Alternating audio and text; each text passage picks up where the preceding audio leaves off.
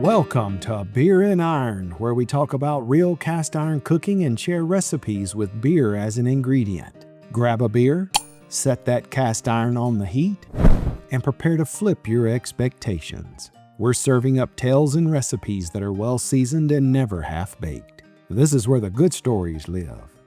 I'm Sulae, tall tale tenderizer and hophead honcho, here to share a story, cook something worth savoring, and turn your plate into a festival of taste and tales. There's a reason this Dutch oven corn dog cobbler exists, and it all goes back to one stolen corn dog at the Ark-La-Miss Fair in Monroe, Louisiana, and a glass door at the community Civic Center that changed the course of my forehead forever. Back when I was in junior high, my buddy and I, Freddie, had just finished burning through our fair ride tickets and had to brave Game Alley to get to the corn dog hut for a foot-long corn dog smothered in yellow mustard. I always saved the corn dog for last. The fair just wasn't the fair without it. It was the final act, the fair's farewell, the see you next year wave goodbye. The corn dog was the whole reason for going, not the rides, not scoping out the girls, not even the rock and roll band mirrors with all the hair bands, and those were tempting. The corn dog was the fair. The game alley, well, that's what I called it anyway. Step right up and play the game. Be a winner. You'd have to walk down a row of game stands, and every sort of scary carny would holler over at you, trying to lure you in to toss a basketball into a hoop 3 times. Knock over concrete milk bottles with a softball, or toss ping pong balls into a fish bowl. What was I going to do with a fish anyway? "Hey," one hollered, "you look like a couple of strapping young fellas." I tried to stare straight ahead like I didn't hear him, but he knew better. "All yous needs is this here knife." A knife? Yeah, that got my attention. The man behind the booth held up a bona fide Rambo knife with a compass in the butt of that handle, like it was something sacred. He brought it up close to his face, squinting at it like he was checking out his own reflection in the blade. And he talked to the knife, more so than he talked to us. Quiet, serious, with a lazy, lusting eye. $1, 3 darts. He tapped the balloon wall with the back of his knuckle without ever really looking away. Pop 1 and you win a little something. Pop 2, you win a mirror. He nodded toward the band mirrors hanging there like treasures for broke kids. Pop 3. And here he paused, because carnies live for pauses. Then he slid the knife back into its sheath, stood up straight like it was now official business, and he finished. Pop 3, and you win the big prize. Freddie, though, had already locked onto those mirrors. "Hey, he's got band mirrors. Oh man, Ozzy. Let's play." My journey down Game Alley was just to get the corn dogs, but Freddie was already digging. He slapped $1 down, and the carny dropped 3 darts in his hand like he was dealing cards to a kid who didn't know how to fold. The balloon wall was packed tight, reds, yellows, and blues, all stapled up in rows on a sun-bleached board. The paper backing puckered and dimpled around every staple like it had been reloaded 1,000 times. The red ones were deep red, movie red. The yellow ones were rich, like school bus paint. And the blue ones looked tired. They were washed out, almost clear blue, like someone left them out in the sun too long. And their shape wasn't the same either. The blue ones were stretched out, all rounded, filled up tight, while the red ones and yellow ones hung there in that raindrop-teardrop shape, like they still had room for more air. Freddie lined up on a red balloon, like he was at an archery meet, about to split the bullseye and finally have someone clap for him. He held up the dart, took aim at his prey, held his breath for the perfect release. Dead center. The balloon sucked it in and spit that dart back out like it rejected the whole idea. It didn't pop. It just warbled there like a dog with no tail trying to wag. The dart fell to the ground. "What?" Freddie called. He tried a yellow one. Same thing, like he was throwing darts at an old tire. He made a little huff of frustration, and then he went blue. The carny proclaimed for all to hear. "And we have a winner!" He shouted it more like a commercial than a congratulations. The carny handed Freddie some little plastic prize that looked like it came out of a cereal box in 1974. Freddie held it like it still might turn into a mirror if he stared at it hard enough. We started to walk away because one pop was one pop and $1 was $1, and we were trying to eat that night. But the carny leaned out and called after us. Hey, I said pop 2, and you get a mirror. Freddie stopped. You could see him doing the math. To get a mirror, he'd have to pay another $1. He'd have to pop 2 balloons, and those red and yellow balloons were acting like they were made out of a tractor tire. The carny smiled like he was doing charity work. Tell you what, you throw again? If you pop 1, you hand me back that little toy, and I'll still let you take a mirror. I just want you to feel like a winner. Freddie threw it a yellow one. Then a red one. Then he went blue. Freddie handed back the little toy like it had offended him personally and snatched up an Aussie mirror like it was a signed record. The carny's smile stayed on, but it got thinner. That's when I noticed the flaw for real. The darts weren't really razor sharp, more like little metal cones. Metal versus rubber? Yeah, the metal should always win, right? Unless the rubber just ain't the same. The carny looked at me like he could tell I had just seen behind the curtain. I looked past him at the knife. What will it take to win that? He didn't answer right away. He reached back, unsheathed that knife again, and rolled the blade slow through the blinking lights. This? He said softly. This is the top. I'll make you a deal. He said. You pop 3, you win this. He pointed at a bigger prize, bigger than the mirror, some kind of gaudy plastic trophy thing that looked like it belonged on a teenage boy's dresser. Then you pop 3 more, and you get the knife. In my head, I did the math. That's $2 straight up, and I had 6 left. Corn dogs were 3. That was it. But what if I wanted a second corn dog? Even at 13, I knew this was going to go one of 2 ways. Me getting 1 corn dog and a dumb prize, or me getting 1 corn dog that I could stand around and carve chunks off of with a bona fide Rambo knife, while God and everybody watched me take bites like I was on the cover of a magazine called Men Eating Corn Dogs. Word of my coolness getting around Boley Junior High that Sulae's been eating corn dogs at the Ark-La-Miss Fair with a Rambo knife, man, I slapped my first $1 down fast. He handed me 3 darts. I didn't even pretend to look at the reds. The yellows were irrelevant. I went blue. Pop. Pop. The carny taunted. Mix it up, brother. Go for the rainbow. Pop went another blue one. 3 darts, 3 blues, 3 pops. The carny handed me the bigger-than-a-mirror trophy prize with a face that said he just watched a vending machine pay out to the wrong kid. I reached for my second $1. Whoa, whoa, he said, and now his voice had that little edge to it, like he realized I wasn't just throwing hopefuls. I was reading that balloon board like a farmer reads the weather. You're doing good, I'll give you that. But if you miss just one of the next 3, you don't get the knife. Then he leaned in like this was just between the 2 of us. He looked both ways down Game Alley like he was checking out for the carny boss or something. I'll make you a better deal, he said. Pop 1 red balloon right now, and I'll hand you the knife. Now my brain was doing that thing it does at 13, where it thinks it's negotiating with the devil, even though it's just a man in a sweaty red hat. Red balloons were the ones that shrugged off Freddie's darts. Red balloons were the rubber armor. I looked again, and I studied the board of balloons. The red balloons in the middle of the balloon board were bright and glossy, like fresh paint. But the ones in the corners, top left and top right, those reds were almost pink, sun-faded, not as shiny.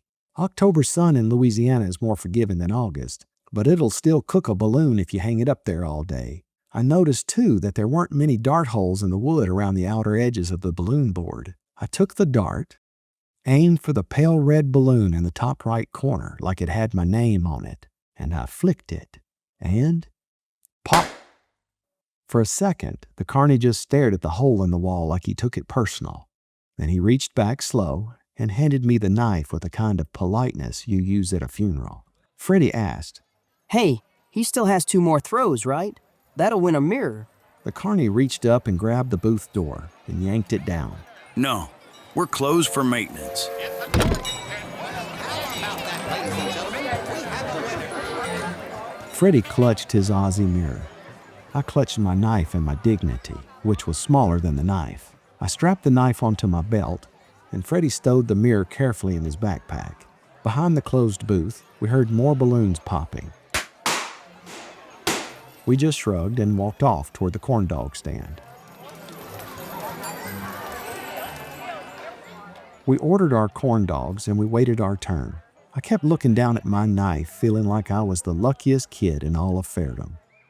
The corn dog stand had an order to it like a military operation. One person took the order. Well, look what the tilt-a-whirl dragged in. Bet y'all ain't eaten nothing but hope and cotton candy since noon. You here for corn dogs, ain't ya? Another skewed a long weenie onto a long wooden stick, and then he handed it to a lady who dipped it tip first into a yellowish bucket of goo that looked like runny cornbread batter. She passed it to a fella who dunked it tip first into a vat of frying grease, leaving the stick sticking out just above the surface of the bubbling oil. The smell was amazing, the kind that feels like fried heaven in childhood freedom. Eventually, the man pulled out the corn dogs, laid them on a long paper tray lined with paper towels, and handed both of them to Freddie. I reached for mine, but Freddie thought he'd have some fun with me. Ha! Nope! I got two! My corn dogs! And he ran off toward the Civic Center like he had just robbed the bank. He sprinted straight toward those big glass doors, which, by the way, were nothing more than giant panes of Windex polished glass hanging on metal hinges. No handles, no stickers, no warnings, just pure invisible danger.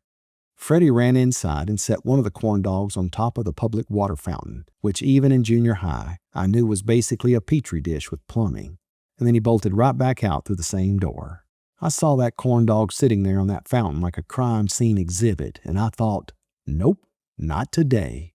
I turned to chase him to take back my corn dog he still had in his hand, and because the glass was so clean you couldn't tell where open ended and the door began, I sprinted through the same gap he just used. Just as Freddie lifted up my corn dog to take his first bite, the door was already swinging shut, and it met me like a moving wall. I didn't see it. I didn't sense it. I didn't even suspect it. All I knew was that I was running full speed, fueled by righteous corn dog fury. And then, wham! A half-inch slab of clear melted sand hit me square in the forehead like the hand of God saying, "Slow down, son." I stumbled back, dazed, watching the glass crack and crumble and fall in slow motion like it was a movie where the hero realizes he made a terrible mistake. I was already trying to figure out how to blame Freddie when my vision started to darken, not because I was passing out, but because something warm and thick was pouring down both sides of the bridge of my nose and filling up my eyes. I reached up, touched my forehead, and pulled back a hand covered in blood. A lot of blood. Enough blood to make a junior high kid think, yep, I'm dead. This is how I go. So naturally, I ran. I sure did. I ran. There's no door now. I was just crunching over glass and off into the blinking lights of the fair. I took off across the fairgrounds, past the dart balloon stand with all its red and yellow balloons, dripping like a busted ketchup packet, and I hid between the corn dog stand and the Mormon's elephant ear booth. Just then, a group of grown men grabbed me like I was the last funnel cake on the tray and hauled me back inside, crunching over broken glass. Freddie just stood there, eyes wide, probably wondering if that door had just killed his best friend over a corn dog, but that didn't stop him from taking a second bite of my corn dog. Yeah, mine. As far as I was concerned, his corn dog still sat on the public water fountain by the broken door. One man had me by the arm while I tried my best to hold my forehead together with my free hand. His steps were faster than mine, and my feet kind of skated along the floor as I tried to keep up with him. Blood had made it down my shirt, down my pants, and now was leaving little smeared footprints behind me, like some limping villain in a low-budget murder mystery. They dragged me down the hall and shoved me into some little medical room. I was thinking, I'm bleeding here, man. Was that really necessary? But I was a kid, and I didn't have the guts to say it out loud. I may have a Rambo knife, but I wasn't nearly as tough as I thought I was. That man slapped something on my face and started yelling at me like I'd personally declared war on the Civic Center's architecture. Wanted to know if I was on drugs or something. Drugs? No. I thought for a moment. The whole ordeal was starting to set in, but all I could get out was, corn dog. Corn dog? The man parroted. A corn dog? I looked up at Freddie, who was still working on my corn dog. He gave me this wide-eyed pleading look that said, "Please don't turn this into a whole thing that ends up with my mom getting called." Then Freddie did the only smart thing he'd done all night. He took off to find my stepdad, Big Jim, who was somewhere out there in the fair. Eventually, my stepdad, Big Jim, showed up holding his own half-eaten corn dog, took one look at me and said, "Well, I guess it's time to go to the hospital." Real calm, real casual, like it was just a Thursday, which, as a matter of fact, it was a Thursday. We all drove to the emergency room with Big Jim driving and eating the rest of his corn dog. Freddie in the back seat admiring his mirror and chewing on the part of the corn dog stick that had that little chunk of burnt-on batter at the bottom. Me, I sat up front with a bloody Civic Center event dish towel pressed against my forehead, trying to hold pressure so I didn't bleed all over Big Jim's Fifth Avenue, and no corn dog.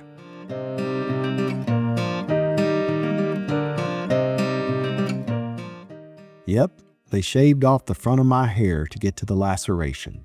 My mullet would never recover. I did get a shot out of the deal, though. Funny thing about a numbing shot. The doctor was sewing me up like a quilt at an old ladies' convention, and all I felt was the tugging while he kept shoving that needle through that skin. Man, your scalp is tough, the doctor said. Freddie was hanging in close to witness the carnage, holding his Aussie mirror and acting like it was helping. He nodded and said, Yeah, like those red balloons. The doctor paused as if he was contemplating red balloons. Then he looked at Freddie like he needed therapy.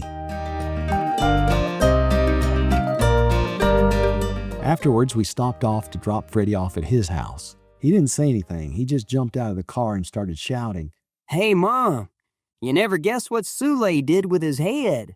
The rest of the way home wasn't so bad until the numbing shot started to wear off. I reached up to touch my cut, and I felt little sharp, barbed-like pokey things sticking out. Then it dawned on me.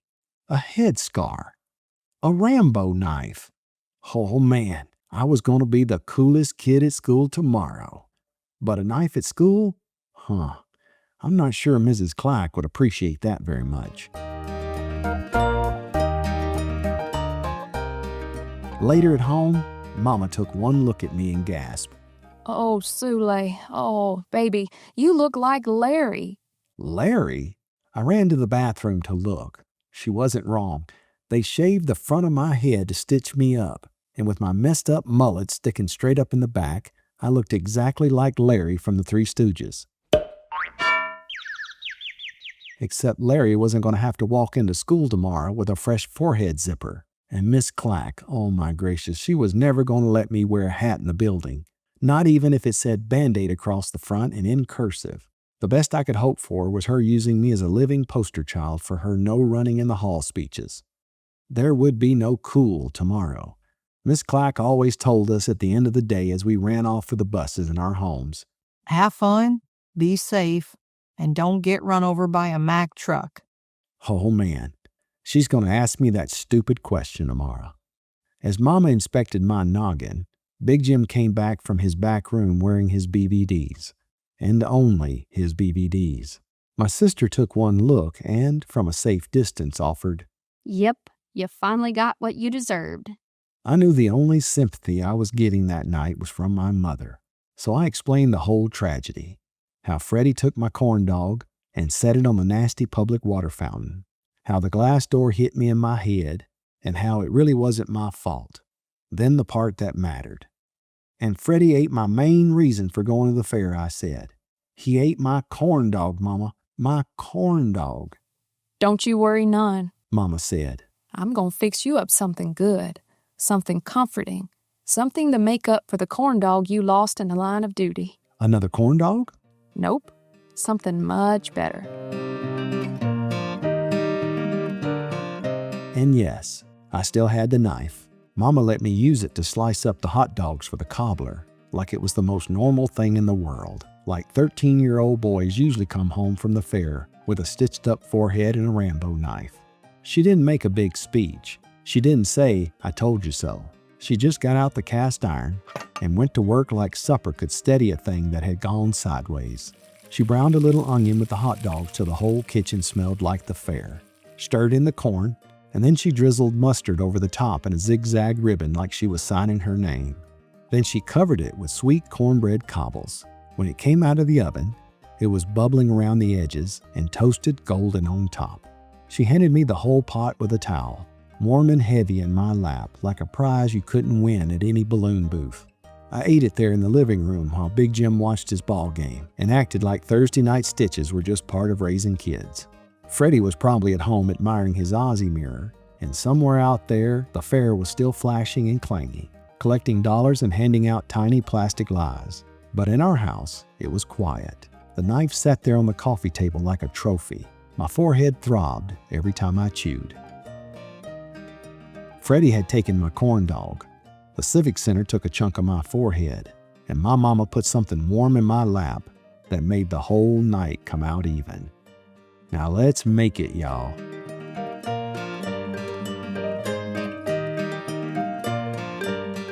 Mama made her first corn dog cobbler right there in the kitchen in a cast iron skillet. And that version still tastes most like being taken care of. But camp cooking has a way of turning comfort food into backwoods poetry.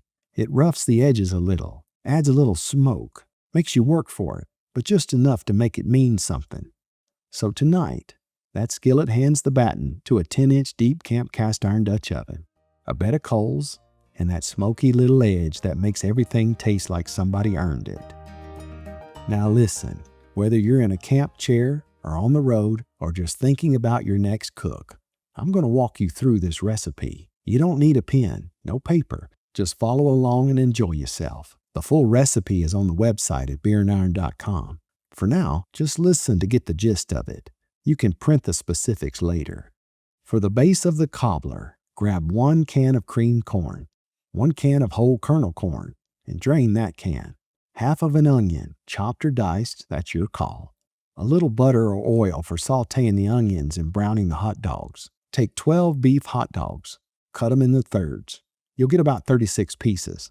Bite-sized pieces, right? Salt, pepper, and yep, yellow mustard.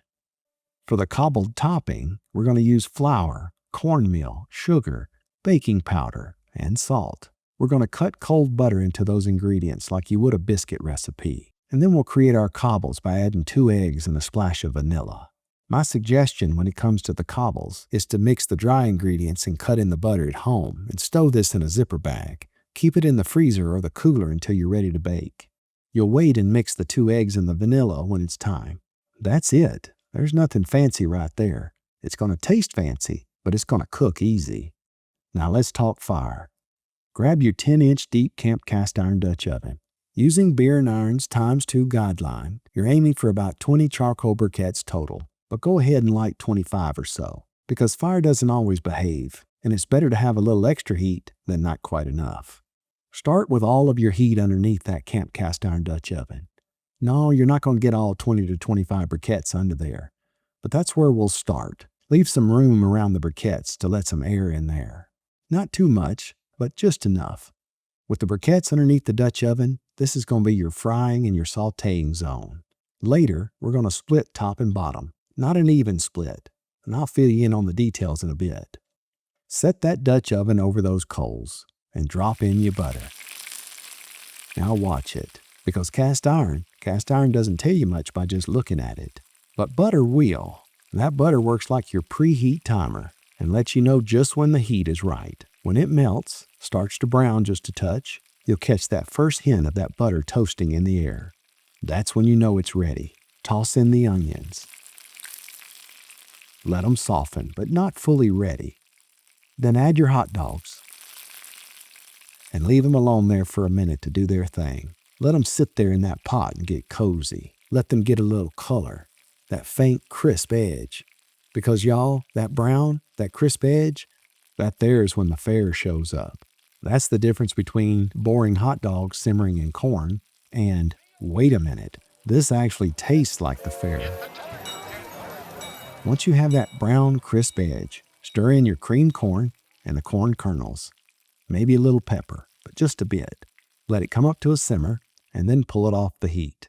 That's your moment. That's when we switch from sizzle to bake. Smooth everything out. Then run a zigzag of mustard across the top, just like an actual corn dog. Go easy. Like I said, easy. You want just enough to make people say, "What is that?" But not enough to make them say, "Why is this so bitter?" This is our flavor bridge, not our mustard ambush. For our cobbled topping, and if you haven't already, mix your dry ingredients. Cut in that cold butter, kind of like you would a biscuit recipe. First, blend and mix your eggs and the vanilla. Then stir them in with the dry ingredients, just till it comes together. You will not need to add any liquid here. You may think at first you'll need to, but trust the process. Don't think pourable corn dog batter for frying. Think shapeable corn dog cobbles for shaping. Thick, soft, and something you can hold and roll. Oil your bare or gloved hands just a little with some oil or some soft butter. Using your fingertips, scoop out pieces of that dough. Roll that dough into a rough ball. Nothing perfect, smaller than a golf ball. Set them across the top. Think 9 in the outer circle along the pot's edge, and 4 in a center circle, and 1 in the very middle, give or take. Leave some space between the cobbles. Yeah, they can touch, that's okay. But do leave some space. We still need to let the base breathe. Let that steam find its way through. After they are set just like you want them, brush the tops with egg. Be gentle here. They're already starting to rise. Just enough egg to count, but not dripping. And now, you're ready to bake. Let's bring our fire into balance. 5 to 7 briquettes under the pot, and 13 to 15 on the lid. Maybe a few less if you're using a shallow or regular Dutch oven. Now let it bake, 20, maybe 30 minutes. About every 10 minutes, turn the pot. Turn the lid 1/3 of a turn in one direction, and then turn the whole pot 1/3 of a turn in the other direction. Think clockwise and then counterclockwise. That little dance, yep, it keeps the heat honest, it keeps it even. You'll know when it's ready.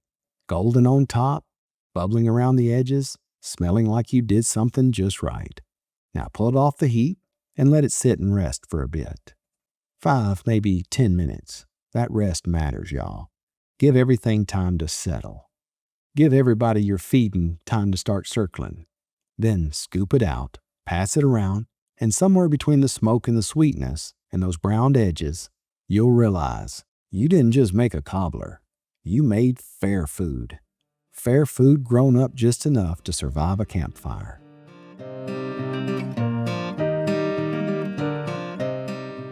Now, if you're not out in camp and you're working from home with either the 10.25-inch deep skillet or a 5-quart cast iron Dutch oven, this gets real simple. However, simple can get real complicated if you're using your regular number 8. That 10.25-inch skillet doesn't really have enough room for this recipe. The kitchen recipe is the same as the Dutch oven recipe, and you get to control the heat with a knob. Build your base right on the stovetop. Onions go in first, let them soften. Then your hot dogs. Give them a little time to brown. Let them pick up that nice browned edge.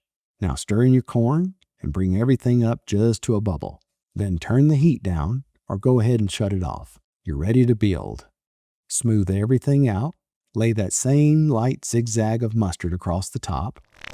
Easy. Still a flavor bridge, not a mustard ambush.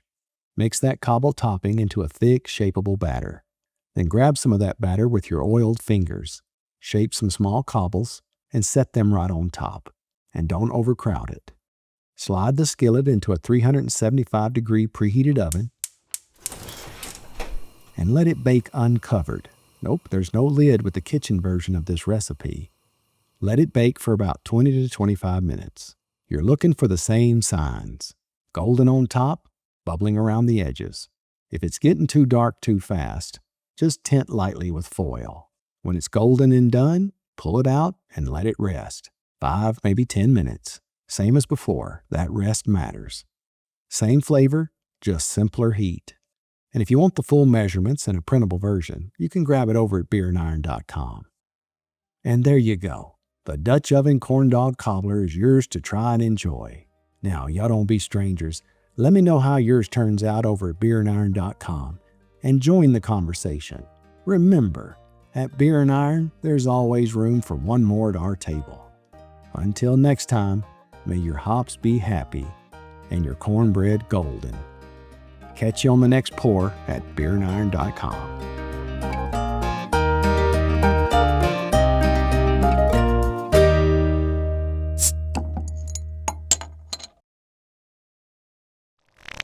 Easy.